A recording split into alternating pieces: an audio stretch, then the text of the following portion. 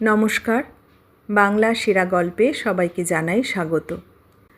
আজ শুনবেন লেখিকা পদ্মরাগ রচিত গল্প মুক্তিমার্গ।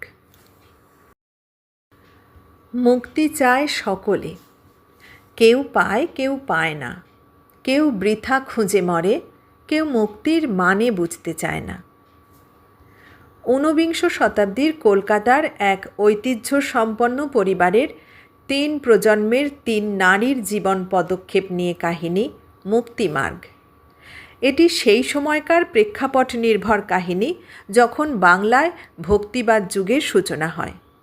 শ্রীরামকৃষ্ণ, ঈশ্বরচন্দ্র বিদ্যাসাগর, বিবেকানন্দ, ভগিনী নিবেদিতা দ্বারা ধন্য সেই বাংলার মাটিতে গড়ে ওঠে এক বংশ পরম্পরা বদলের ইতিহাস। তাহলে চলুন শুনে নেওয়া যাক লেখিকা পদ্মরাগের লেখা গল্প মুক্তিমার্গ। সালটা 1828। সেই বছর 17 বছরের কিশোরী অষ্টমীর বিয়ে হয় উত্তর কলকাতার এক বনেদি পরিবারের একমাত্র ছেলে 20 বছরের কন্দর্প নারায়ণের সাথে। লর্ড কর্নওয়ালিসের সময় জমিদার ছিল তার পরিবার। কলকাতায়ও তাদের খুব নাম বনেদি কুলীন বংশ হিসাবে। অষ্টমী বিয়ের পর আলতা পরা পায়ে ভীত পদক্ষেপ ফেলে যখন তার শ্বশুর বাড়ি এলো, তখন থেকেই সে বুঝে গেল এ তার বাবার বাড়ির মতো নয়। তার বাবা মায়ের একমাত্র সন্তান সে। ওই যুগেও সে বাড়িতে থেকে লেখাপড়া শিখেছে। তার বাবা আধুনিক মানসিকতা সম্পন্ন, যদিও তিনিও কুলীন বংশের ছেলে, কিন্তু কৌলীন্য গর্ব তার নেই। তার 17 বছরের মেয়ে অষ্টমীও তাই আধুনিক মানসিকতা নিয়ে তার শ্বশুরবাড়ি এসে এই বাড়ির উঁচু দেয়াল আর উঁচু ছাদের কার্নিশ দেখে থমকে গেল। এই বাড়ির মেয়েরা দিনের প্রায় বেশিরভাগ সময় রান্নাঘরে থাকে। অষ্টমীর শ্বশুর কুলীন বলে তার গর্বের শেষ নেই। নিজে 2টো বিয়ে করেছেন। তার ঠাকুরদার ছিল 11 জন স্ত্রী। অষ্টমীর যে ছোট শাশুড়ি, তার বয়স মাত্র 22 বছর। সেই শাশুড়ি যখন তাকে বরণ করছিল, ঘোমটার ফাঁক দিয়ে তার এই অল্প বয়সী শাশুড়ির ফর্সা অথচ করুণ মুখটা দেখে অষ্টমীর কেন জানি না ভারী মায়া হলো। অষ্টমীর স্বামী তার শ্বশুরের নিজের সন্তান নয়। নিজে যে সন্তান ধারণে অক্ষম সেটা প্রথমে তিনি মানতে চাননি, আর পরে কবিরাজ তাকে বলতে নিজের অক্ষমতা ঢাকতে 2টো কাজ করেছিল অষ্টমীর শ্বশুর।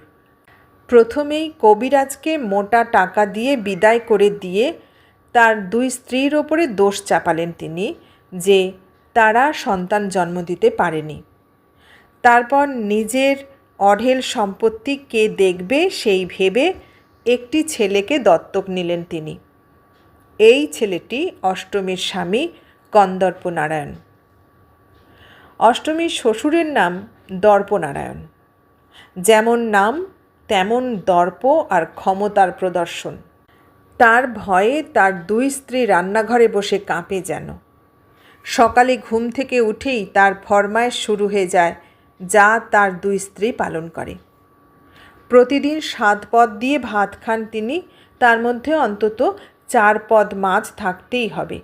তার সাথে বাড়িতে পাতা দই, পায়েস, সন্দেশ থাকবে। তার পিতৃপুরুষের আমল থেকে চলে আসছে, ছেলেরা ভাত খেয়ে উঠে গেলে যেটুকু খাবার পাতে পড়ে থাকবে সেই থালায় স্ত্রী বসে খাবে। দর্পনারায়ণ খেয়ে উঠে গেলে তার থালায় রাখা সামান্য খাবার তার 2 স্ত্রী ভাগ করে খেত। আর তারা দেখত বাড়িতে আসা নতুন বউ অষ্টমীর খাবার প্রতিদিন বেশি হয়। আসলে কন্দর্প নারায়ণ তার পিতার মতো একদম হয়নি। সেটা বিয়ের রাতেই অষ্টমী বুঝেছিল, যখন তার 20 বছর বয়সী স্বামী কোমল হাতে তার গাল স্পর্শ করে বলেছিল, তোমার খুব যত্ন করব, কোনো অসুবিধা হতে দেব না, দেখো। কন্দর্প কথা রেখেছে। সেই বিয়ের পর থেকে সে বাবার সামনে না হোক লুকিয়ে লুকিয়ে তার স্ত্রীর যত্ন নেয়। তার অনেক কাজ সে করে দেয়। অষ্টমী যখন অনভ্যস্ত হাতে একগাদা কাপড় ছাদে শুকোতে দেয়, তখন কন্দর্প এসে তার হাত থেকে কাপড় নিয়ে তার সাথে মেলে আর কত গল্প করে। প্রতিদিন বাবার সাথে খেতে বসে কন্দর্প তার খাবার ভাত, তরকারি, মিষ্টি সব অর্ধেকেরও কম খেয়ে উঠে পড়ে। তখন তার বাবা দর্পনারায়ণ সেটা দেখে আফসোস করে বলে, ছেলেটা একেবারে বউ ন্যাওটা হয়ে গেল। আমার নিজের রক্ত নয় কি না, তাই এরকম নরম স্বভাবের হলো। কন্দর্প রাতে তার স্ত্রীর হাতে নানা লেখকের লেখা গল্পের বই তুলে দেয়। কখনো দুজনে মিলে সেই বই পড়ে। অষ্টমী একদিন তার স্বামীকে জিজ্ঞেস করেই বসল, তুমি তো তোমার বাবার মতো হওনি। না, আমি বাবার মতো হতেও চাই না। আমার দুই মা আমাকে শিখিয়েছে মেয়েদের সম্মান করতে। স্বামীর কথা শুনে অষ্টমীর মনে পড়ল তাকে বরণ করার সময় তার ছোট শাশুড়ির সেই করুণ মুখটা। অষ্টমীর থেকে মোটে 5 বছরের বড় তার ছোট শাশুড়ি। তার নামটা ভারী সুন্দর, মুক্তমালিনী, কিন্তু ওই নামে কেউ তাকে ডাকে না। এই বাড়িতে বিয়ে হয়ে মেয়েরা এলেই তার বাপ মায়ের রাখা নাম রান্নাঘরের 4 দেয়ালে হারিয়ে যায়। তাই মুক্তমালিনী এখন শুধু ছোট বউ নামে পরিচিত। কন্দর্প তাকে ছোট মা বলে ডাকে, যদিও মায়ের সাথে তার বয়সের মাত্র 2 বছরের তফাৎ। এই বাড়িতে আসার পর মুক্তমালিনী যেমন তার নিজের নাম ভুলে গেছে, তেমনি সে ও তার বড় যা মুক্তি কাকে বলে ভুলে গেছে। অষ্টমীও ভুলে যেত, শুধু তার স্বামী কন্দর্প নারায়ণ ভুলতে দেয়নি। অষ্টমীকে প্রায় রাতে নিজের বাহু পাশে নিয়ে কন্দর্প নারায়ণ রামায়ণ পাঠ করে শোনায়। একদিন দুপুরে অষ্টমীর 2 শাশুড়ির সাথে তাদের স্বামীর থালার উচ্ছিষ্ট খেয়ে ছাদে উঠে তার ছোট শাশুড়িকে সেখানে একলা উদাস চোখে দাঁড়িয়ে থাকতে দেখে অষ্টমী তার কাছে এসে বলল, রামায়ণ কথা শুনবে ছোটো মা? স্বামীর দেখা দেখি অষ্টমীও তার থেকে বয়সে মাত্র কয়েক বছরের বড় শাশুড়িকে ছোটো মা বলেই সম্বোধন করে। তার ছোট শাশুড়ি জিভ কেটে গলা নামিয়ে বলল, বউ, এই বাড়িতে আমাদের রামায়ণ মহাভারতের নাম উচ্চারণ করা বারণ। আমরা শুধু মুখে মুখে লক্ষ্মী পাঁচালী বলি। কেন বারণ সেটা আর জিজ্ঞেস করল না অষ্টমী। কারণটা যে তার দোর্দণ্ড প্রতাপ শ্বশুর দর্পনারায়ণ, অষ্টমী সেটা জানে। রাতে অষ্টমী তার স্বামীকে সেটা বলতে কন্দর্প নারায়ণ তাকে কাছে টেনে বলল, জানো, রামায়ণ যুগে নারীর তার স্বামীর পাশে সমান অধিকার ছিল। উচ্চ নীচ ভেদাভেদ ছিল না। রাজা দশরথ যুদ্ধের সিদ্ধান্ত নেবার আগে তার দ্বিতীয় স্ত্রী কৈকেয়ীর পরামর্শ নিতেন। এমনকি কিছু যুদ্ধে তাকে সঙ্গে করে যুদ্ধক্ষেত্রে যেতেন। রানী কৈকেয়ীও স্বামীর সাথে গিয়ে যুদ্ধ করত? অবাক হয়ে অষ্টমী প্রশ্ন করতে কন্দর্প নারায়ণ বলল, অবশ্যই। এমনকি রামচন্দ্র বনবাসে যাবার সিদ্ধান্ত নিলে তার স্ত্রী সীতাও তার সাথে বনে যাবার ইচ্ছা প্রকাশ করতে তিনি তার মতামতকে সম্মান করেছিলেন। এমন সম্মান ভালোবাসা যে তার স্ত্রীকে দিত, সেই রামচন্দ্র সীতার মতো স্ত্রীকে ত্যাগ করল কেন গো, তাও পরের কথায়? অষ্টমী বলতে কন্দর্প নারায়ণ একবার তার স্ত্রীকে দেখে বলল, যুগাবতাররা কেমন হন জানো? এরা প্রজা কল্যাণকে ব্যক্তিগত কল্যাণ ও নিজের পরিবার কল্যাণের থেকে অধিক গুরুত্ব দেন। তাই যখন এমন পরিস্থিতি আসে, যখন এদের সমাজ, রাজ্য, প্রজা আর পরিবার পরিজনদের মধ্যে একটাকে প্রাধান্য দিতে হয়, এরা প্রথমটাকে প্রাধান্য দেন। এর ফলে এদের ব্যক্তিগত জীবনে খুব দুঃখ কষ্ট পেতে হয়। অষ্টমী এবারে স্বামীর দিকে স্থিরভাবে তাকালো। অষ্টমী তার স্বামীকে স্থিরভাবে দেখতে দেখতে প্রশ্ন করল, কোনো দিন তোমার জীবনে যদি এরকম পরিস্থিতি আসে, তখন তুমি সমাজ আর পরিবারের মধ্যে কাকে প্রাধান্য দেবে? তুমি আমাকেও ত্যাগ করে দেবে নাকি? তখন যুগাবতারের মতো সমাজের জন্য? অষ্টমীর প্রশ্ন শুনে কন্দর্পনারায়ণ তাকে ঘনিষ্ঠভাবে আলিঙ্গন করে বলল, আমি শ্রীরামচন্দ্রের মতো যুগাবতার নই অষ্টমী। রক্ত মাংসের এক অতি সাধারণ মানুষ, যে তার একটিমাত্র স্ত্রীকে খুব খুব ভালোবাসে। স্বামীর আলিঙ্গনে নিশ্চিন্ত বোধ করে অষ্টমী তার স্বামীকে আবার প্রশ্ন করল, একটিমাত্র স্ত্রী? আরেকটির ইচ্ছা আছে নাকি? কন্দর্প এর উত্তরে শুধু হেসে ফেলল। কন্দর্প এর উত্তর অষ্টমীকে সেই রাতে না দিলেও কয়েক মাস পরে তার পিতা দর্পনারায়ণ তার দুই স্ত্রীকে বলল, বৌমা কোনো সুখবর দিল না। বেশ কয়েক মাস হয়ে গেল বিয়ের। এভাবে উত্তরাধিকার শূন্য হয়ে আমার বংশ উজাড় হয়ে যেতে পারে না। দরকার হলে আমি কন্দর্প নারায়ণের আবার বিয়ে দেব। দুই শাশুড়ির মধ্যে বড় শাশুড়ি স্বামীর কথা শুনে কোনো অভিব্যক্তি মুখে প্রকাশ না করলেও ছোট শাশুড়ির মুখে শ্বশুরের এই কথা শুনে অষ্টমী শিউরে উঠে রাতে তার স্বামীকে জড়িয়ে ধরে বলল, বাবা তোমাকে আবার বিয়ে করতে বললে তুমি কি করবে জানি না, কিন্তু আমি তোমাকে তার আগে আমার একটা মনের কথা বলতে চাই। আমি কিন্তু তোমার দুই মায়ের মতো উদার মনের নই। তোমার থেকে রামায়ণ শুনে আমার মন শ্রীরামচন্দ্রের এক পত্নী চরিত্রকে পছন্দ করে। বাবা তোমাকে আর একটা বিয়ে করতে বললে তুমি কি রাজি হবে?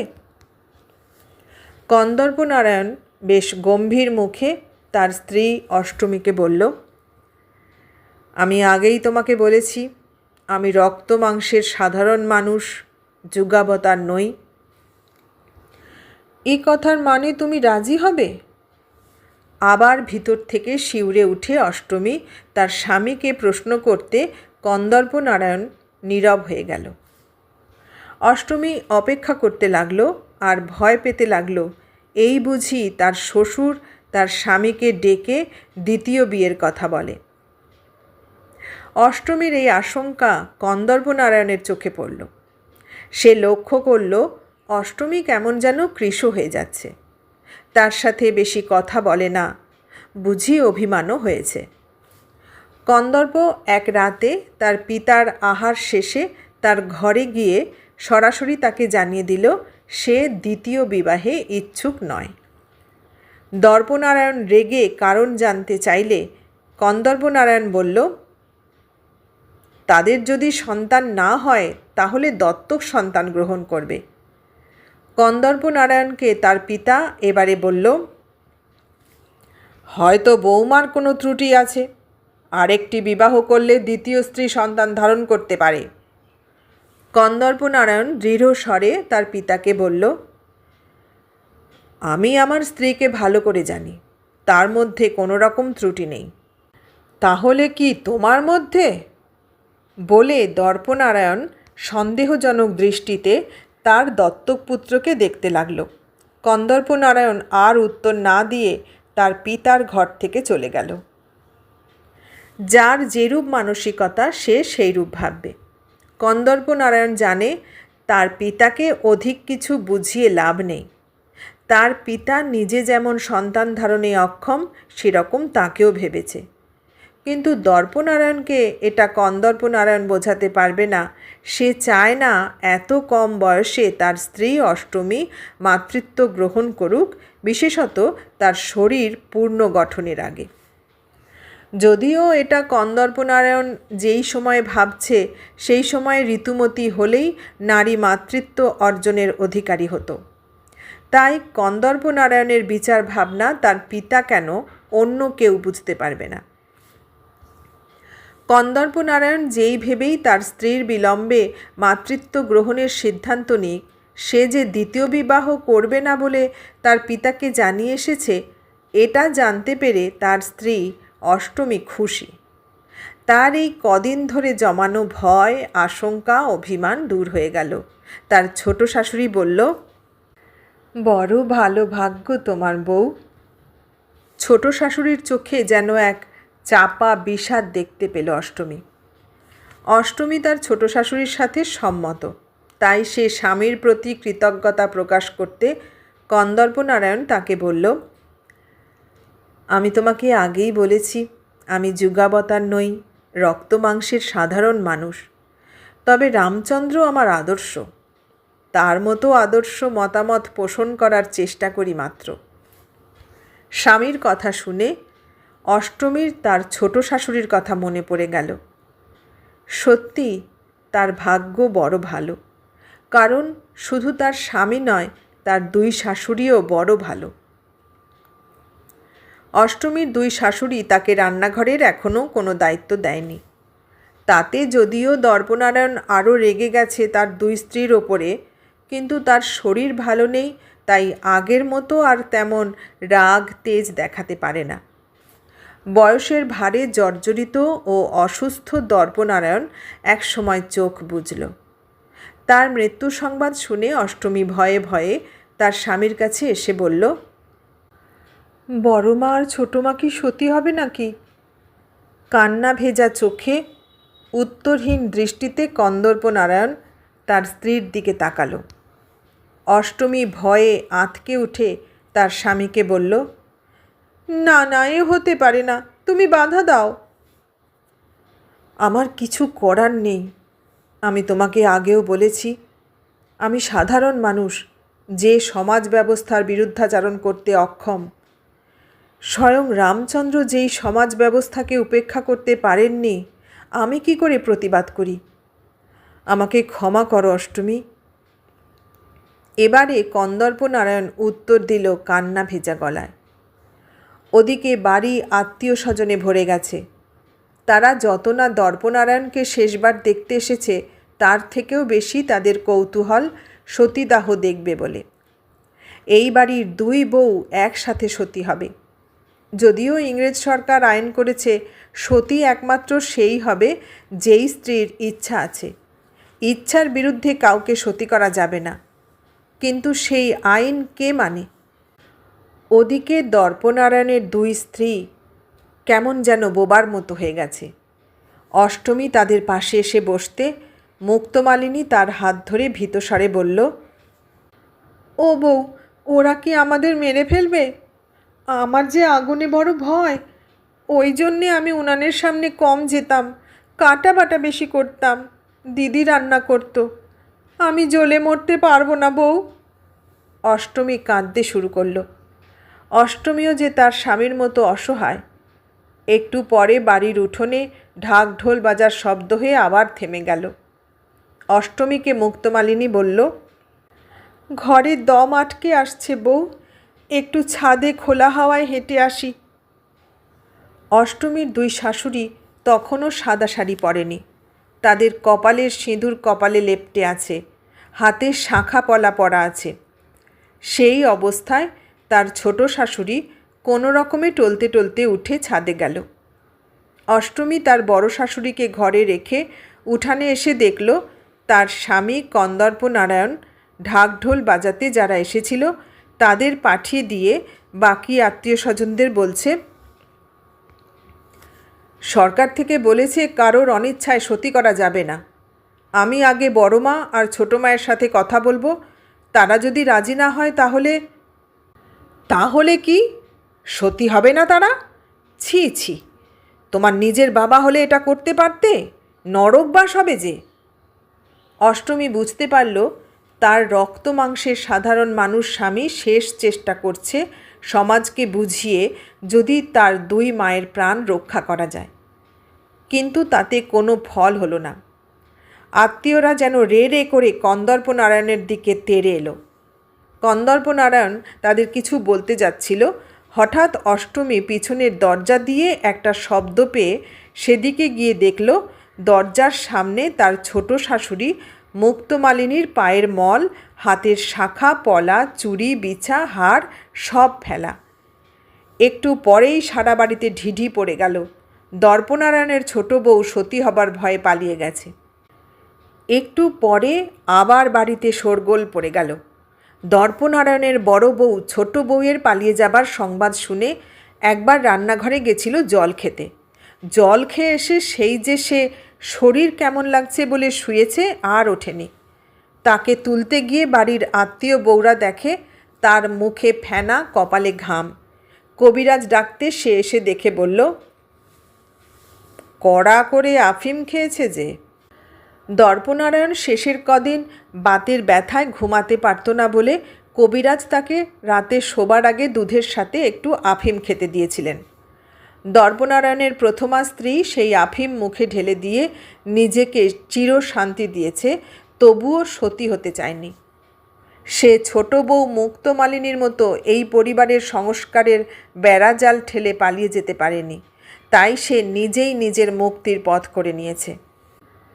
দর্পনারায়ণের মৃতদেহের সাথে যখন তার বড় বউয়ের মৃতদেহ শ্মশানে নিয়ে তাদের মুখাগ্নি করল, দর্পনারায়ণের দত্তক ছেলে কন্দর্পনারায়ণ তখন আত্মীয় স্বজন পাড়াপড়শি বলতে লাগল, কি দুর্ভাগ্য দর্পনারায়ণের, যে এত নিয়ম আচার মানত সে কিনা চিতায় উঠল মৃত স্ত্রীর সাথে, যে কিনা সতী হলো না, আর একজন স্ত্রী বংশের মুখে চুনকালি লেপে পালিয়ে গেল। দুই স্ত্রী থাকতে একজনও দর্পনারায়ণের সাথে সহমরণে গেল না, আর তার মুখাগ্নি করল কে? নিজের ছেলে নয়, দত্তক ছেলে। কি দুর্ভাগ্য! উত্তর কলকাতার নামকরা এই বনেদি পরিবারের এমন দুর্ভাগ্য নিয়ে যখন সকলে আলোচনায় ব্যস্ত, এর 1 বছর পরে 1829 সালে আইন বেরোলো যে সতীদাহ প্রথা বন্ধ। অষ্টমী তার স্বামীকে বলল, চলো কাশী যাই, বাবা বিশ্বনাথের দর্শন করে আসি। এই বনেদি পরিবারে এখন এই 2 জন সদস্য থাকে। কন্দর্পনারায়ণ তার স্ত্রী অষ্টমীকে নিয়ে কাশী এলো বাবা বিশ্বনাথের দর্শন করতে। বিশ্বনাথের মন্দিরে তারা পুজো দিল। পুজো সেরে অষ্টমীকে গঙ্গার ঘাটে দাঁড়াতে বলে কন্দর্পনারায়ণ তার জন্যে পালকির ব্যবস্থা করতে গেল। অষ্টমী তার হাতে পূজার থালা নিয়ে ঘোমটার আড়াল থেকে গঙ্গাবক্ষের শোভা দেখতে দেখতে হঠাৎ গঙ্গার ঘাটে এক সাদা থান পরিহিতা অল্প বয়সী মেয়ের ফর্সা অথচ করুণ মুখ দেখে সে এমন আঁতকে উঠল যে তার হাত থেকে পূজার থালা পড়ে ফুল, ফল, মিষ্টি, প্রসাদ সব সেই অল্প বয়সী বিধবা নারীর পায়ের কাছে ছড়িয়ে পড়ল। অষ্টমী সেই অল্প বয়সী সাদা থান পরিহিতা নারীকে দেখে অস্ফুটে বলে উঠল, ছোট মা। সাদা থান পরিহিতা সেই নারী একটু হেসে বলল, আমি এখন কারো মা বা কারো স্ত্রী নই। বাবা বিশ্বনাথের চরণে ঠাঁই নিয়েছি, নিয়মিত তার পূজা করি আর রামায়ণ পাঠ শুনি। আমাকে এখন রামায়ণ শুনতে কেউ বাধা দেয় না। আমি এখন মুক্ত। তুমি যে আমাকে দেখেছ এ কথা কাউকে বলো না, কন্দর্পকেও না। তোমরা ভালো থেকো। সেই সাদা থান পরিহিতা নারী গঙ্গার ঘাট থেকে হেঁটে যখন মন্দিরের পথে ক্রমশ অদৃশ্য হয়ে গেল, তাকে দেখতে দেখতে অষ্টমী মনে মনে বলল, এবারে সার্থক হলো তোমার নাম মুক্তমালিনী। সেই সময় অষ্টমীর স্বামী কন্দর্পনারায়ণ তার সামনে এসে বলল, ওদিকে কি দেখছো? তোমার পুজোর থালা নিচে পড়ে গেছে যে। পুজোর প্রসাদ ফুল তো কিছুই পেলে না, আবার যাবে কি পুজো দিতে? অষ্টমী শান্ত দৃষ্টিতে তার স্বামীকে দেখে বলল, না, আর পুজো দেবার প্রয়োজন হবে না। আমার আজকের পুজো সার্থক হয়েছে। চলো আমরা মুক্ত মনে ঘাটের ধারে একটু হেঁটে বেড়াই। কন্দর্পনারায়ণ দেখল তার স্ত্রী অষ্টমী কাশীর ঘাটের ধার দিয়ে মুক্ত ও স্বাধীনভাবে হেঁটে চলেছে। সেও তার স্ত্রীর পাশে এসে তার সাথে হাঁটতে শুরু করল। বলা বাহুল্য, তারা দুজনেই এক অনির্বচনীয় মুক্তির আনন্দ উপভোগ করছিল, যেই মুক্তির সন্ধানে তাদের পরিবারের একজন আগেই বাবা বিশ্বনাথের মন্দিরে চলে গেছে। সে মুক্তমালিনী। অষ্টমীর জীবন এর পরে তার স্বামী কন্দর্পনারায়ণের সাথে কাশীর ঘাটে দেখা গঙ্গার জলের মতোই বয়ে চলে সময়ের স্রোতের সাথে। অষ্টমী এরপরে আর কখনো তার ছোট শাশুড়ি মুক্তমালিনীর প্রসঙ্গ তার স্বামীর সামনে তোলেনি। তার শ্বশুর ও দুই শাশুড়ির ইতিহাস এই বাড়ির দেয়ালে চাপা পড়ে গেল। কিছু বছর অবশ্য তাদের প্রতিবেশী ও আত্মীয় পরিজনরা ফিসফিস করেছিল, কিন্তু এদিক থেকে কোনো রকম ইন্ধন না পেয়ে তারাও একসময় বিরক্ত হয়ে চুপ করে গেল। অষ্টমী কিশোর বয়স পেরিয়ে যৌবনে পড়ল। এর মধ্যে অষ্টমীর জীবনে দুটো ঘটনা আর দুর্ঘটনা ঘটল। প্রথম ঘটনা, তার জীবনে সেই চির আকাঙ্ক্ষিত খুশির মাতৃত্ব এলো অনেক পরে। অষ্টমী 30 বছর অতিক্রম করার পরেও কন্দর্প নারায়ণ দ্বিধাগ্রস্ত দেখে সে তাকে বলল, আর দেরি কেন? তোমার জন্যে ভয় হয় অষ্টমী। কিসের ভয়? মা তো সবাই হয়ে সন্তানের জন্ম দেয়। অষ্টমী, আমাদের দেশে এখনও উন্নত পদ্ধতি অনুসরণ করে সন্তানের জন্ম হয় না। যদি সন্তান জীবনে আনতে গিয়ে তোমাকে হারিয়ে ফেলি। এ কথা বলেই কন্দর্প নারায়ণ অষ্টমীকে ঘন আলিঙ্গনে আবদ্ধ করল। অষ্টমী যে তার জীবনে এমন কোমল প্রেমালু পুরুষকে স্বামীরূপে পাবে এমন কামনা করে শিব পুজো করেনি, তবু তার এমন পরম সৌভাগ্য ভেবে সে মনে মনে খুশি হলো। মুখে অষ্টমী তার স্বামীকে আশ্বাস দিয়ে বলতো তার কিছু হবে না, সে তার স্বামীর ভালোবাসা ছেড়ে কোথাও যাবে না। তার আশ্বাস পেয়ে কন্দর্প নারায়ণ কিছুটা শান্তি পেত। অষ্টমী তার কথা রেখেছিল। প্রায় 40 বছরের কাছে এসে অষ্টমী সুস্থ শরীরে তার প্রথম ও একমাত্র পুত্র সন্তানের জন্ম দেয়। এত বিলম্বে মাতৃত্ব আশায় আবারও পাড়ায় ও আত্মীয় পরিজন মধ্যে গুঞ্জন উঠেছিল। এমনকি অষ্টমীর গর্ভধারণে যখন বিলম্ব হচ্ছিল, তখনও পাড়ার কিছু বয়স্ক মহিলা এসে তাকে জিজ্ঞেস করত, তা হ্যাঁ বউ, তোমার শ্বশুরের মতো তোমার স্বামীরও কিছু দোষ আছে নাকি, নাকি তোমার কিছু গলদ আছে? অষ্টমী উত্তর দিত না, এড়িয়ে যেত তাদের কথা। সেই অষ্টমীর জীবনে প্রায় 40-এ যখন মাতৃত্বের সুখ এলো, তখন পাড়ার লোকজন বলার জন্যে অন্য কথা পেল। এত বয়সে, যেই মধ্য বয়সে তখন কোনো নারীর নাতি নাতনি হয়ে যায়, সেই বয়সে অষ্টমী মা হয়ে কী করে সন্তান প্রতিপালন করবে? বিশেষত তার শাশুড়ি বা ননদ কেউ নেই। সেই চিন্তা অবশ্য কন্দর্প নারায়ণ দূর করে দিয়েছিল, বাড়িতে বেশ কিছু কাজকর্মের লোক ও মহিলা নিযুক্ত করে। অষ্টমী ও কন্দর্প নারায়ণের কোল জুড়ে তাদের একমাত্র পুত্র সন্তান রূপনারায়ণ বড় হতে লাগল। এরপরে সে স্কুলের গণ্ডি পেরিয়ে কলেজে গেল। তখন অষ্টমী পুত্রের বিবাহ প্রসঙ্গ তুললে কন্দর্প নারায়ণ স্ত্রীকে জানালো, এখন এত অল্প বয়সে বিবাহ হয় না, আমি রূপকে বিদেশে ব্যারিস্টারি পড়ার জন্যে পাঠাবো। কন্দর্প নারায়ণের সেই স্বপ্ন পূরণ হবার আগেই অষ্টমীর জীবনে এলো সেই দুর্ঘটনা। একদিন বিকেলে কন্দর্প নারায়ণ ফিরতে দেরি করছিল দেখে অষ্টমী চিন্তিত মুখে বাইরের ঘরে পায়চারি করতে লাগলো। সেই কন্দর্প নারায়ণ রাতে ফিরল খাটে 4 জন বাহকের কাঁধে। অষ্টমী হতভম্ব হয়ে দাঁড়িয়ে রইল। সেই 4 জন বাহক জানালো, রাস্তায় কন্দর্প নারায়ণ বুক ধরে ব্যথায় বসে পড়ে, তারপর তার দেহ নিথর হয়ে যায়। অষ্টমী যেন কিছুই শুনতে পেল না। রূপনারায়ণ তার মায়ের আঁচল টেনে ধরে হাহাকার করে উঠে বলল, মা, বাবা নেই। অষ্টমী এবারেও কিছু না বলে নিজের ঘরে গিয়ে দরজা বন্ধ করে দিল। এরপরে বাড়িতে আত্মীয় পাড়া প্রতিবেশী এসে নানা কথা বলতে লাগলো, নানা মন্তব্য করতে লাগলো, রূপনারায়ণকে নানা পরামর্শ দিতে লাগলো। বন্ধ দরজার ওপার থেকে অষ্টমীর কানে কিছু এলো না। না, সে দরজা বন্ধ করে অশ্রুপাত করেনি। সেদিন সারা রাত সে রামায়ণ পড়েছে, যেই রামায়ণ তার বিবাহের পরে এই বাড়িতে আসার দিনগুলোতে তার স্বামীর পাশে শুয়ে সে স্বামীর মুখ থেকে মুগ্ধ হয়ে শুনত। সেই রামায়ণ এখন সে একা পড়ে। এরপরে অষ্টমী নিজেকে সংসার থেকে তুলে নিয়ে ঘরে বন্দি করে ফেলল। সে পূজাপাঠ বিশেষ করে না।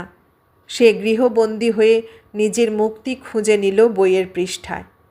নানা ধরনের বই সে পড়তে শুরু করল, সাথে কিছু পত্রপত্রিকা।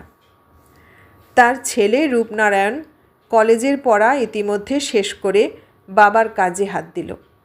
সংসারের দায় দায়িত্ব সব সে করে, আর অষ্টমীকে মাঝে মধ্যে জিজ্ঞেস করলে সে বলে, তুমি যা ভালো বোঝো করো।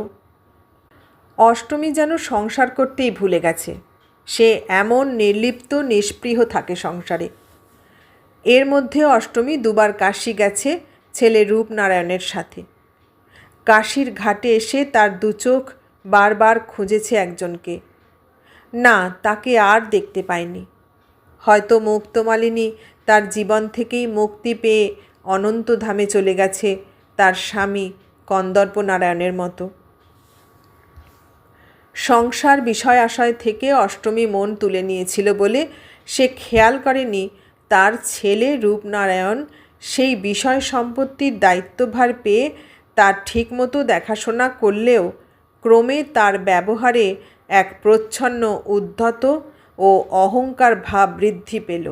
সাথে বাবার মতো সুন্দর সুপুরুষ দেখতে হবার জন্যে রূপনারায়ণের রূপের অহংকারও ছিল, আর তার প্রকাশ হলো যখন তার বিবাহ হলো।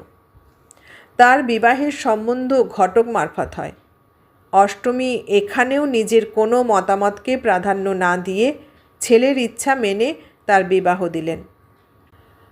নতুন বিবাহিত স্ত্রীকে নিয়ে রূপনারায়ণ তার মাকে প্রণাম করতে এলে অষ্টমী তাকে প্রণাম করা বৌমার চিবুক ছুঁয়ে দেখল ঠিক এই বয়সে সে একদিন এই কুলীন পরিবারে বউ হয়ে এসেছিল। বৌমার নাম নিয়ে অষ্টমী তাকে আশীর্বাদ করে বলল, যথার্থ জ্ঞানের অধিকারী হও জ্ঞানদা। ঠিক তক্ষুনি তার সদ্য বিবাহিত পুত্র রূপনারায়ণ অবজ্ঞার হাসি হেসে বলল, ওর জ্ঞান দিয়ে কি হবে, দেখতেও তো তেমন কিছু নয়, বরং তোমার সেবা যত্ন করুক, সংসার ঠিকমতো দেখাশোনা করুক, তাতেই অনেক। অষ্টমী এইবার ভালো করে ছেলেকে দেখল। নতুন কোচানো ধুতি পাঞ্জাবি পরে বিয়ের সাজে সজ্জিত তার একমাত্র ছেলেকে তার বড় অপরিচিত বোধ হলো। তার এই প্রথম মনে হলো তার ছেলে তার বাবার মতো হয়নি। তবে অষ্টমী কিন্তু তাই করল যা তার স্বামী বিয়ের পরে করেছিল। স্বামীর দেরাজ থেকে কিছু বই বের করে তার বৌমার হাতে দিয়ে বলল, আমার সব গয়না রূপের কাছে আছে, সেগুলো সে তোমাকে দিয়ে দেবে, আর আমার কাছে তোমাকে দেবার মতো এই বই আর তার মধ্যে থাকা জ্ঞান ও শিক্ষা ছাড়া কিছু নেই জ্ঞানদা। তা তুমি পড়তে জানো নিশ্চয়ই।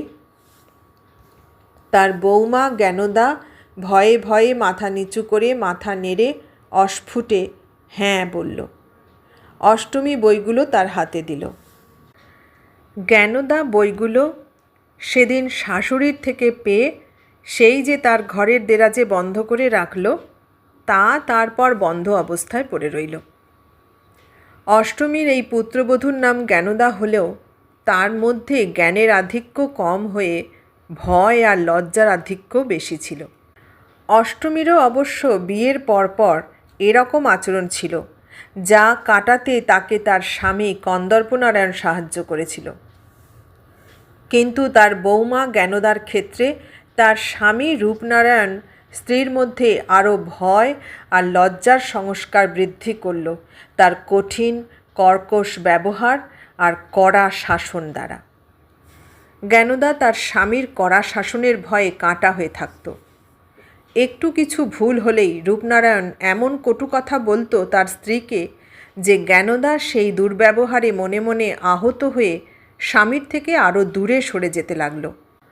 অবশ্য সে তার শাশুড়ির প্রতি সব কর্তব্য খুশি হয়ে পালন করত। অষ্টমীর অবশ্য সংসার ছেলে বউয়ের থেকে তেমন কিছু চাহিদা ছিল না। ফলে জ্ঞানদা তার শাশুড়ির থেকে যথেষ্ট স্বাধীনতা পেত। কিন্তু তার সেই স্বাধীনতা কোনো ইতিবাচক রূপ নিতে পারেনি তার স্বামীর রূপনারায়ণের কঠোর ও রক্ষণশীল মনোভাবের জন্যে। রূপনারায়ণের এই আচরণ আরও বৃদ্ধি পেল তার সন্তান জন্মগ্রহণ করার পরে। রূপনারায়ণের সন্তান জন্ম নিতে সে শুনে মুখ বিকৃত করে বলে উঠল, মেয়ে হয়েছে? এরপরে সে যা বলল আর যেরকম আচরণ করল তার সাক্ষী রইল বন্ধ ঘরে তার স্ত্রী জ্ঞানদা। তার চোখের জল মোছা দেখে অষ্টমী শুধু দীর্ঘশ্বাস ফেলে মনে মনে ভাবল, এই পরিবারের হাওয়া কি বদলাবে না? সেই দর্পনারায়ণের আমল থেকে যে হাওয়া বইছে, মাঝে কন্দর্পনারায়ণের সময় সেই হাওয়া একটু নিঃশ্বাস নেবার যোগ্য হয়েছিল, কিন্তু তার ছেলে রূপনারায়ণ যেন সেই হাওয়া আবার আগের মতো দূষিত করতে তৎপর হলো। মা জ্ঞানদার মতো তার কন্যা সন্তানও বড় হতে লাগলো মায়ের মতো ভয়ে আর মেয়ে হয়ে জন্মেছে বলে লজ্জাসহ। অষ্টমী স্নেহ ভরে নাতনির নাম রেখেছে মুক্তমালা।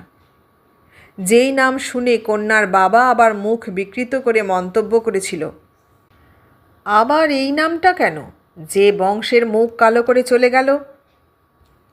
অষ্টমী জানে তার ছেলে কার প্রসঙ্গে এসব বলছে। বংশের ইতিহাস সেও ভালো মতো জানে।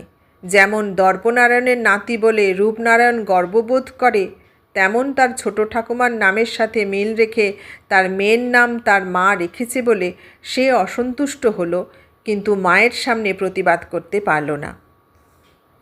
অষ্টমীর মাঝে মাঝে মনে হয় ছেলেকে শাসন করে কিছু বলেন, তারপর মনে হয় যার নিজের মধ্যে উপলব্ধি নেই তাকে কিছু বললেও সে সেটা মেনে নিতে পারবে না, বরং তার অহংবোধ আর তীব্র আত্মসম্মান এসে বাধা দেবে।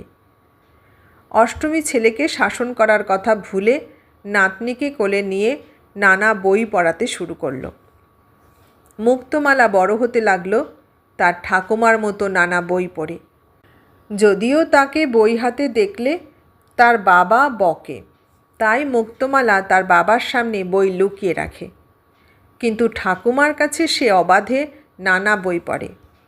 ঠাকুমার সাথে নানা রকম আলোচনা করে, আবার কখনো তর্কও করে। যেমন একবার সে তর্ক করল কালিদাস নিয়ে। মুক্তমালার যুক্তি ছিল মহাকবি কালিদাসের স্ত্রী তার স্বামীর অশিক্ষিতের পরিচয় পেয়ে তাকে ত্যাগ করে চলে গিয়ে ঠিক করেছিল। এটা শুনে প্রায় ৭৫ বছরের অষ্টমী লাঠিতে ভর করে দাঁড়িয়ে নাতনির গাল টিপে বলল, তা তুইও তোর স্বামী শিক্ষিত না হলে ত্যাগ করবি নাকি? উত্তরে মুক্তমালা লজ্জায় অবনত হয়ে গেছিল। তার মুখ থেকে শুধু একটা শব্দ বেরিয়েছিল, যা। সেই কিশোরী মুক্তমালার মাত্র ১৬ বছর বয়সে তার বাবা যখন বিয়ে ঠিক করল, তখন অষ্টমী প্রথম প্রতিবাদ করল ছেলের ইচ্ছার বিরুদ্ধে গিয়ে। ছেলে রূপনারায়ণ মায়ের কোনো যুক্তি শুনল না। সে মাকে বলল, অনেক লেখাপড়া করেছে, এবারে বিয়ের পর যা করে করুক, ওর স্বামী যথেষ্ট শিক্ষিত। মুক্তির বয়স কম। কম কিসের? ওর বয়সী মেয়েদের 2 সন্তান হয়ে যায় মা। প্রায় আঁতকে উঠে বলল রূপনারায়ণ। রূপনারায়ণের থেকে একটু তফাতে দাঁড়িয়ে তার স্ত্রী জ্ঞানদা আস্তে করে শাশুড়িকে বলল, পাড়ায় অনেকে বলা বলি করছে মা, মেয়ে এত বড় হয়ে গেল, এখনও আমরা বিয়ে দিলাম না। অসহায় ও বার্ধক্যজনিত ক্ষীণ দৃষ্টিতে ছেলে ও বৌমাকে দেখে অষ্টমী বলল, তাহলে পাড়ার কথা শুনে যা করার করো, তবে তার আগে আমার কাশী যাবার ব্যবস্থা করো। লাঠিতে ভর করে অষ্টমী তার ঘরে গিয়ে একটা বই বুকে জড়িয়ে ধরে বসল। তার 2 চোখ বেয়ে জলের ধারা নামল। তার ক্ষীণ দৃষ্টি তখন দেয়ালে টাঙানো স্বামী কন্দর্প নারায়ণের ফ্রেমে বাঁধানো ছবির দিকে ছিল। অষ্টমীর চমক ভাঙল তার নাতনি এসে যখন নিজের কাপড়ের আঁচল দিয়ে তার চোখের জল মুছিয়ে দিয়ে বলল, আমার জন্যে কেঁদো না ঠাকুমা। আমি কাঁদছি তোর ঠাকুরদার মতো পুরুষরা কোথায় গেল ভেবে। এরা না এলে তোদের যে মুক্তির উপায় নেই, কারণ আজও এই সমাজ সংসার পুরুষের কথা শুনে চলে। মুক্তমালা তার ঠাকুরমার কোলে মাথা রেখে শুয়ে বলল, শুনেছি ঈশ্বরচন্দ্র বিদ্যাসাগরের মতো এক সন্ন্যাসী মেয়েদের জন্যে অনেক কিছু করছেন। অষ্টমী নাতনির চুলে হাত বুলিয়ে দিতে লাগল নিরুত্তর হয়ে। কাশী যাবার জন্যে মনস্থির করেও নাতনির প্রতি স্নেহের বশে কাশী যেতে পারল না অষ্টমী। নাতনির বিয়েতে উপস্থিত থেকে মন ভরে তাকে সুখী হবার আশীর্বাদ করল। নাতজামাই এসে তাকে যখন প্রণাম করল, তখন তাকে শুধু অষ্টমী জিজ্ঞাসা করল, অবসরে কি করো? বই পড়ি। নাতজামাইয়ের মুখ থেকে এটুকু শুনেই যেন আশ্বস্ত হলেন অষ্টমী। নাতনির থেকে পরে তিনি শুনলেন নাতজামাই তাকে নানা রকমের বই উপহার দেয়। অষ্টমী খুশি হলো শুনে, কিন্তু তার সেই খুশি অধিক দিন স্থায়ী হলো না। কলকাতায় ভয়াবহ কলেরার প্রকোপ বাড়ল, আর তা কেড়ে নিল মুক্তমালার সিঁথির সিঁদুর, হাতের শাখা আর মুখের হাসি। বিয়ের 5 বছর পরে 21 বছর বয়সী মুক্তমালা তার ঠাকুমার মতো সাদা থান পরে তার ঠাকুমার ঘরে এসে তার কোলে মাথা রেখে কেঁদে ফেলল। অষ্টমী নিঃশব্দে তার নাতনির মাথায় হাত দিয়ে বসে রইল। বাইরের ঘর থেকে সে শুনতে পেল ছেলে রূপনারায়ণের ক্রোধে বিরক্ত কণ্ঠস্বর বলছিল, কি দুর্ভাগ্য নিয়ে এসেছে মেয়েটা, আমাকে একটু শান্তি দিলে না। এই বিধবা মেয়েকে নিয়ে এখন কি করি? ছি ছি, পাড়ায় এরকম বিধবা মেয়ে নিয়ে কি থাকা যায়? বিয়ে দিয়ে কি হলো আর? ছেলের শেষের এই এক কথা নাতনিকে পরম স্নেহে কোলে টেনে নিয়ে অষ্টমীও ভাবছিল, বিয়ে দিয়ে কি হলো আর। বিধবা মেয়ে গৃহে থাকার অপবাদ ও অপমান যেমন একটা পরিবারকে সহ্য করতে হয়, অষ্টমীর পরিবারকেও সহ্য করতে হলো মুক্তমালা বিধবা হবার পরে।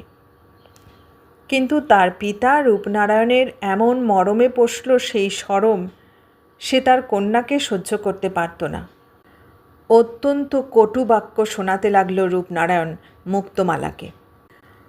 অষ্টমী যদিও এই সব থেকে দূরে বইয়ের পৃষ্ঠায় চোখ রাখে আর মাঝে মাঝে কাঁদতে থাকা নাতনির চোখের জল নিজের সাদা থান শাড়ির আঁচল দিয়ে মোছে, তবু রূপনারায়ণের তার কন্যার প্রতি কিছু দুর্ব্যবহার তার কানে যায়, আর সে ভাবে রূপনারায়ণের মধ্যে তার শ্বশুর দর্পনারায়ণের ব্যবহার প্রকট হয় কি করে।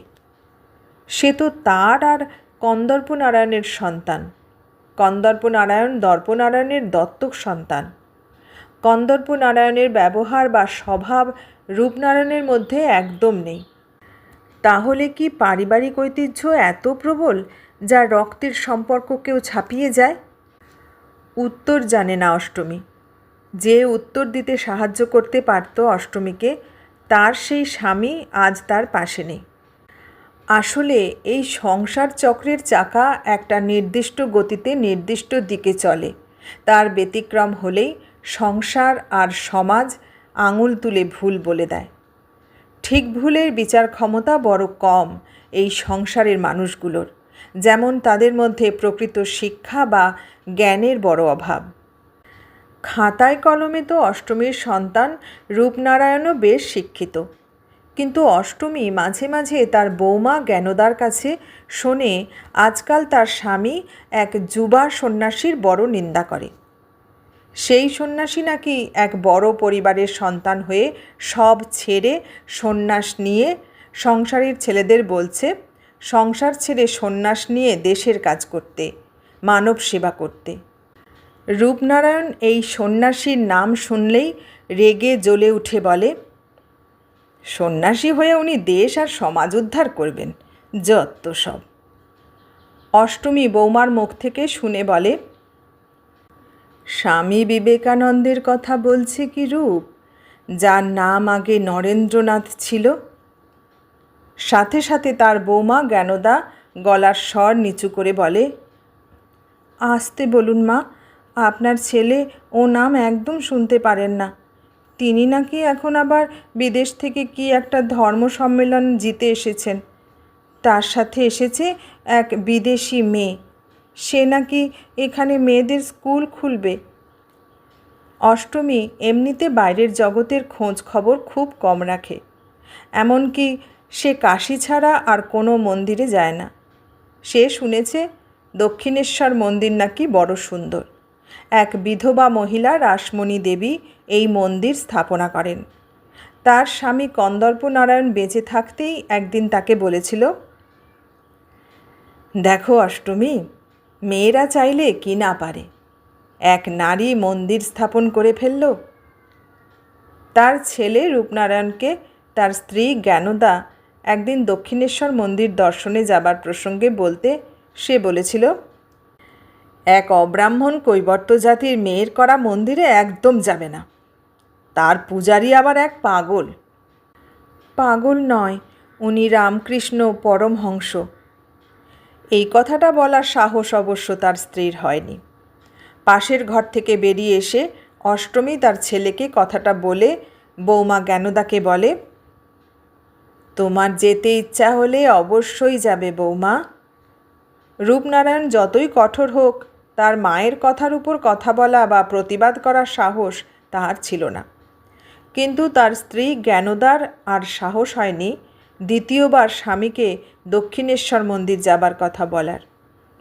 যদিও তার শাশুড়ি অনুমতি দিয়েছিল, কিন্তু চিরভীতু এই নারী চিরকাল তার স্বামীর ভয়ে চুপ থাকতে শিখে ফেলেছে। সংসারের নারীরাও বোধহয় সংসার চক্রের চাকার সাথে নির্দিষ্ট গতিতে নির্দিষ্ট দিকে চলতে চলতে এমনই হয়ে যায়। নিয়ম বদলাবার একটু মুক্তির স্বাদ পাবার সুযোগ পেলেও তার সদ্ব্যবহার করতে পারে না। আর অষ্টমীর পুত্রবধূ জ্ঞানদা তার স্বামীকে আর সংসারের অশান্তিকে বড় ভয় পায়। আর কন্যা সন্তানের জননী হবার দরুন তার মধ্যে আবার প্রবল আত্মগ্লানি বোধ আছে। এখন আবার তার সেই কন্যা সন্তান বিধবা। সেই দোষের বোঝাও যেন জ্ঞানদা স্বেচ্ছায় গ্রহণ করে তার আত্মগ্লানি ও অপরাধবোধ আরও বাড়িয়ে চলেছে। তাই অষ্টমী তাকে মানসিক মুক্তির সুযোগ দিলেও সে সেই সুযোগ থেকে নিজেকে বঞ্চিত রেখেই নিজেকে নিয়ম আচারের আড়ালে রেখে একটু শান্তির খোঁজ করে। জ্ঞানদা না হয় এভাবে থেকে অভ্যস্ত, কিন্তু তার বিধবা মেয়ে মুক্তমালা, এই কিশোরীর কি মুক্তি হবে না? নাকি তার অবস্থা এই বাড়ির চার দেয়ালে বন্দি থেকে অষ্টমীর ছোট শাশুড়ি মুক্তমালিনীর মতো হবে? এই বাড়ি থেকে পালিয়ে গিয়ে যাকে নিজের মুক্তির একমাত্র পথ বেছে নিতে হয়েছিল। জীবনের অন্তিম লগ্নে এসে ৮০ বছর বয়স অতিক্রম করে বৃদ্ধা অষ্টমী তার ঘরে একা বই হাতে বসে ভাবে। শুধু ভাবে। তার হাতে বইয়ের পৃষ্ঠা খোলা অবস্থায় পড়ে থাকে, না পড়া অবস্থায় পড়ে থাকে। আর বাইরের ঘর থেকে সে মাঝে মাঝে শুনতে পায় তার নাতনি মুক্তমালার চাপা কান্নার স্বর। সেও ওই ঘরে কেঁদে কেঁদে একা পড়ে থাকে। অষ্টমী বয়সের ভারে এখন প্রায় চলতে পারে না। দৃষ্টিশক্তি ক্ষীণ হয়ে আসায় বই পড়তে পারে না। নাতনি মুক্তমালা তাকে বই পড়ে শোনায়। একদিন সে বই পড়া থামিয়ে তার ঠাকুরমাকে জানালো, স্বামী বিবেকানন্দ মেয়েদের জন্যে স্কুল খুলেছে। তার এক বিদেশি শিষ্যা আর কিছু অল্পবয়সী মেয়ে সহ সেই স্কুলে মেয়েদের পড়ায়। এমনকি বিধবা মেয়েরাও সেই স্কুলে পড়তে পারে। কিন্তু সেই স্কুলের শিক্ষিকাদের বড় হেনস্থা সহ্য করতে হয়। অষ্টমী নাতনিকে জিজ্ঞেস করে, কিসের হেনস্থা? ওনারা আমাদের পাড়ায়ও আসে। বাড়ি বাড়ি এসে ওনারা বাড়ির মেয়েদের স্কুলে পড়তে যাবার জন্যে আর্জি জানায়। কিছু বাড়ির দরজা তো ওনাদের দেখলেই বন্ধ হয়ে যায়। কিছু বাড়ি থেকে ময়লা আবর্জনা, পচা ডিম, জল ওনাদের উপর ফেলে ওনাদের পোশাক নষ্ট করে দেওয়া হয়। পাড়ায় বলছে ওনারা নাকি মেয়েদের স্কুলে পড়ানোর নাম করে তাদের ধর্মান্তরিত করার চেষ্টা করছে। তোর কি মনে হয়? অষ্টমী জিজ্ঞেস করতে মুক্তমালা তার ঠাকুমাকে বলল, আমার ওনাদের দেখলে বড় মায়া হয় ঠাকুমা। একটি মাত্র গেরুয়া পোশাক পরে ওনারা আসেন। আমাদের বিধবাদের মতো কোনো সাজসজ্জা নেই, আর আমাদের পাড়ার বাড়িগুলো থেকে ওনাদের উপর নোংরা ফেলে সেই পোশাক নষ্ট করে দেয়, আর কি অকথ্য ভাষায় গালি দেয়।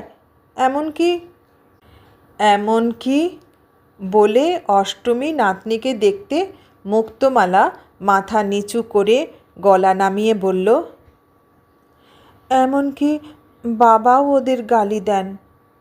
অষ্টমী এবারে চুপ করে থাকে। এক রাতে অষ্টমী বাতের ব্যথায় কষ্ট পাচ্ছিল দেখে মুক্তমালা তেল গরম করে এনে তার ঠাকুমার পায়ে মালিশ করে দিতে লাগলো। অষ্টমী তাকে বলল, তোর আবার বিয়ে করতে মন হয় না? ইস, কী যে বলো ঠাকুমা। কেন? ঈশ্বরচন্দ্র বিদ্যাসাগর তো বিধবা বিবাহের ব্যবস্থা করে গেছেন। কত বিধবা মেয়ে আবার বিয়ে করছে, তোর মন করে না? একটু চুপ থেকে মুক্তমালা বলল, না ঠাকুমা।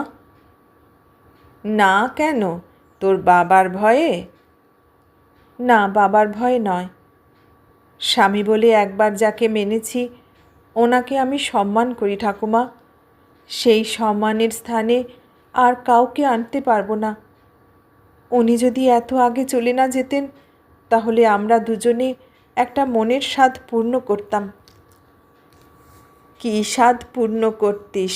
নাচ জামাই থাকলে আমাকে কি বলা যায়? অবশ্যই বলা যায় ঠাকুমা। আমরা একসাথে কাশী যেতাম, সেখানে কাশীর ঘাটে হেঁটে বেড়াতাম। নাতনির মুখে এই ইচ্ছার কথা শুনে অষ্টমীর মনে পড়ে গেল বহু পুরনো অতীতের সেই স্মৃতি, যেদিন স্বামী কন্দর্প নারায়ণের সাথে তিনি মুক্ত মনে কাশীর ঘাটে হেঁটেছিলেন। আর স্বামী জীবিত থাকতে একটাই সত্য তার কাছে গোপন করে গেছিলেন, তার ছোট শাশুড়ি মুক্তমালিনীর সাথে সেই কাশীর ঘাটে দেখা হবার কথা। আজ বয়সের অন্তিম ক্ষণে এসে অষ্টমীর মনে হলো তার পরিবারের আরেকজন নারীর মুক্তি প্রয়োজন, কিন্তু তাকে মুক্তি দিতে তিনি কি কিছু করতে পারবেন? তার ক্ষমতাই বা কতটুকু? অষ্টমী মুক্তমালাকে জিজ্ঞেস করলেন, এখন আর কিছু স্বাদ পূর্ণ করতে ইচ্ছা হয় না? হয় ঠাকুমা, কিন্তু সেই স্বাদ পূর্ণ করা বড় কঠিন। তবু বল আমাকে, কি স্বাদ তোর? মুক্তমালা ঠাকুমার কথায় হেসে তার স্বাদের কথা বলল, যা শুনে অষ্টমীর ভিতর থেকে কেবল এক দীর্ঘশ্বাস বেরিয়ে এলো। পরের দিন সকালে বাইরের শোরগোল শুনে লাঠিতে ভর করে অষ্টমী বাইরের ঘরে এসে দেখল তার নাতনি দরজার দিকে ঝুঁকে কি যেন দেখছে। অষ্টমী লাঠি হাতে নাতনির পাশে গিয়ে দাঁড়াতে মুক্তমালা তার ঠাকুমাকে দেখে সামনে আঙুল তুলে বলল, ওই দেখো, সেই মেয়েদের স্কুলের শিক্ষিকারা এসেছেন, আর পাড়ার বাড়িগুলোর জানালা আর ছাদ থেকে তাদের উপর ময়লা আবর্জনা, পচা ডিম আর নোংরা জল ফেলা হচ্ছে। দরজার বাইরে ক্ষীণ দৃষ্টি মেলে অষ্টমী দেখল তার নাতনির থেকে একটু বড় বয়সের কিছু গৈরিক বস্ত্র পরিহিতা মেয়ে ভেজা কাপড়ে এক একটা বাড়ির সামনে হাত জোর করে দাঁড়িয়ে বলছে, আপনারা দয়া করে আপনাদের বাড়ির মেয়েদের আমাদের স্কুলে পড়তে আসার অনুমতি দিন। এত অপমান সহ্য করেও কি অমায়িক ভদ্র ব্যবহার এই মেয়েগুলোর, আর কি সরল সহজ ভাব, যা দেখে অষ্টমীর চোখে জল এসে গেল। এমন সময় দরজা থেকে একটু দূরে ছেলের গম্ভীর গলার শব্দ তার কানে গেল। রূপনারায়ণ তার মেয়ের উদ্দেশ্যে বলল, দরজা খুলে কি দেখছো? এই গেরুয়া পরা মেয়েগুলোর যত্তসব ন্যাকামি। বিধর্মী করার জন্য কত নিচে নামতে পারে এরা। লাজ অপমানের মাথা খেয়ে বসেছে, আর অন্য মেয়েদের তাই শেখাবে। অসভ্য মেয়ে ছেলে সব। মুক্ত, দরজা বন্ধ করো। বাবার থেকে বকুনি শুনে মুক্তমালা দরজা বন্ধ করে দিতে গেল। এমন সময় দরজার উপর হাত রেখে বৃদ্ধা অষ্টমী অশক্ত শরীরে লাঠি হাতে দাঁড়ালো। অষ্টমীকে ওভাবে দাঁড়াতে দেখে মুক্তমালা চমকে উঠল। ইতিমধ্যে তার মা জ্ঞানদা ভয়ে ভয়ে স্বামীর থেকে একটু তফাতে এসে দাঁড়িয়েছে। অষ্টমী তাকে দেখে নির্দেশের ভঙ্গিতে বলল, বৌমা, আমার ঘর থেকে আমার কিছু শুকনো কাপড় নিয়ে এসো। এবারে বিস্মিত হয়ে রূপনারায়ণ বলল, শুকনো কাপড়ে কি হবে? ছেলের কথার উত্তর না দিয়ে অষ্টমী আবার ছেলে বউকে নির্দেশ দিল, 5টা কাপড় এনে দাও, ওরা 5 জন আছে। এবারেও রূপনারায়ণ কিছু বুঝতে না পেরে তার মাকে জিজ্ঞেস করল, কারা 5 জন মা? এবারেও অষ্টমী কোনো উত্তর দিল না। আর তার বৌমা জ্ঞানদা ভয়ে ভয়ে একবার তার শাশুড়িকে দেখছিল আর একবার তার স্বামীকে দেখছিল। তার এরকম দ্বিধাগ্রস্ত অবস্থা দেখে অষ্টমী তাকে বলল, বৌমা, আজ যদি এই কাপড় কখানি আমার ঘর থেকে নিয়ে আসতে না পারো, এরপরে তোমার চোখের জল মোছার জন্যে কাপড়ের অভাব হয়ে যাবে। মা, এসব কি বলছো? রূপনারায়ণ আবার জিজ্ঞেস করল। আর এবারেও তার মায়ের দিক থেকে কোনো উত্তর এলো না। বরং সে দেখল তার স্ত্রী তার দিক থেকে চোখ সরিয়ে তার মায়ের ঘর থেকে কয়েকটা সাদা থান কাপড় এনে তার শাশুড়ির হাতে তুলে দিল। বৃদ্ধা অষ্টমী এক হাতে সেই সাদা থান শাড়িগুলো নিয়ে আর এক হাতে লাঠি নিয়ে তার পাশে দাঁড়ানো নাতনি মুক্তমালাকে দৃঢ় স্বরে বলল, আয় আমার সাথে, আজ তোর সাধ পূর্ণ করব। মুক্তমালা তখনও বিস্মিত হয়ে তার 80 পেরোনো বৃদ্ধা অথচ সাহসে দৃঢ়চেতা ঠাকুমাকে দেখছিল। বাবার কড়া স্বর শুনেই অবশ্য মুক্তমালার বিস্ময় ভাব কেটে মনে ভয় হলো। তার বাবা তখন তাকে বলছিল, একদম দরজার বাইরে যাবে না মুক্ত। রূপনারায়ণ মেয়েকে উদ্দেশ্য করে আরও কিছু রূঢ় কথা বলতে গেল, কিন্তু এবারে সে তার মায়ের কঠোর জ্বলন্ত দৃষ্টি দেখে কেমন যেন চুপ করে গেল। কি ছিল অষ্টমীর সেই ক্ষীণ অথচ জ্বলন্ত দৃষ্টিতে? বহু যুগ ধরে চলে আসা নারী জাতির লাঞ্ছনার প্রতি প্রতিবাদ, নাকি পুরুষতান্ত্রিক সমাজ ও সংস্কারের প্রতি ধিক্কার, নাকি মিথ্যা অহংকার চূর্ণ করার ডাক, নাকি মুক্তির আহ্বান যা মুক্তমালাকে তার ঠাকুমার সাথে সেই বাড়ির স্বৈরতন্ত্র ও পুরুষতন্ত্র থেকে বের করে নিয়ে গেল? আর নির্বাক বিমূর্ত অবস্থায় সেই স্বৈরতন্ত্র, পুরুষতন্ত্র ও অহংকারের প্রতীক রূপনারায়ণ প্রস্তরের ন্যায় বাড়ির মধ্যে দরজার ওপারে দাঁড়িয়ে রইল। নাতনিকে সাথে নিয়ে অষ্টমী সেই গৈরিক পোশাক পরা মেয়েগুলোর সামনে এসে তার সাদা থান শাড়ি বাড়িয়ে দিয়ে বলল, তোমাদের এখন অনেক কাজ, ভেজা কাপড়ে থাকলে শরীর খারাপ করতে পারে। আমার কাছে এই শাড়ি আছে, তোমাদের এই গেরুয়া রঙের শাড়ি নেই, এতে হবে? সেই মেয়েগুলোর মধ্যে একটি মেয়ে এগিয়ে এসে পরম যত্নে সাদা থান শাড়িগুলো নিয়ে অষ্টমীর হাত ধরে বলল, এখানে এসে এতদিন আমরা কেবল অপমানে আর অবহেলা পেয়ে তাতেই অভ্যস্ত হয়ে গেছি। আজ আপনার থেকে যা পেলাম এ আমাদের পরম সম্মান, আর মনে কাজ করার আরও শক্তি পেলাম এতে। মেয়েটির কথাগুলো বলতে গিয়ে গলা কান্নায় ধরে এলো। তখন অষ্টমী অশ্রু ভেজা চোখে বলল, আমার নাতনির একমাত্র সাধ পূর্ণ করতে আমি ঘরের সব নিয়ম সংস্কারের গণ্ডি পেরিয়ে তোমাদের কাছে এসেছি। কি সাধ ঠাকুমা? সে তোমাদের স্কুলে পড়ে তোমাদের মতো শিক্ষিকা হতে চায়। ওকে তোমাদের সাথে নিয়ে যাও, সম্ভব হলে তোমাদের সাথে রেখে দাও, কারণ ওর সাধ পূর্ণ করতে হলে ওর এই বাড়িতে আর স্থান হবে না। সে না হোক, ও অন্তত এই শাসন আর শোষণের বেড়াজাল থেকে মুক্তি পাক। আপনি এত ভালো কথা বলেন ঠাকুমা, আপনি উচ্চশিক্ষিত বোধ হয়। সেই শিক্ষিকার কথায় এবারে মুক্তমালা বলল, আমার ঠাকুমা স্বশিক্ষিত আর আত্মজ্ঞানে জ্ঞানী। আমার প্রথম ও একমাত্র শিক্ষিকা উনি। ধন্য তুমি যে এমন শিক্ষিকা পেয়েছ। এমন স্বশিক্ষায় আত্মজ্ঞানে শিক্ষিত যেন ঘরে ঘরে থাকে।